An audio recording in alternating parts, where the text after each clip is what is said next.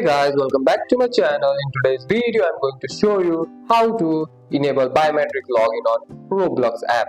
First, open the Roblox app on your phone. If you are not logged in, log in using your username and password first. Once you are logged in, tap on the More button or the 3 button at the top right corner. Scroll down and tap on Settings. Inside the setting, tap Security.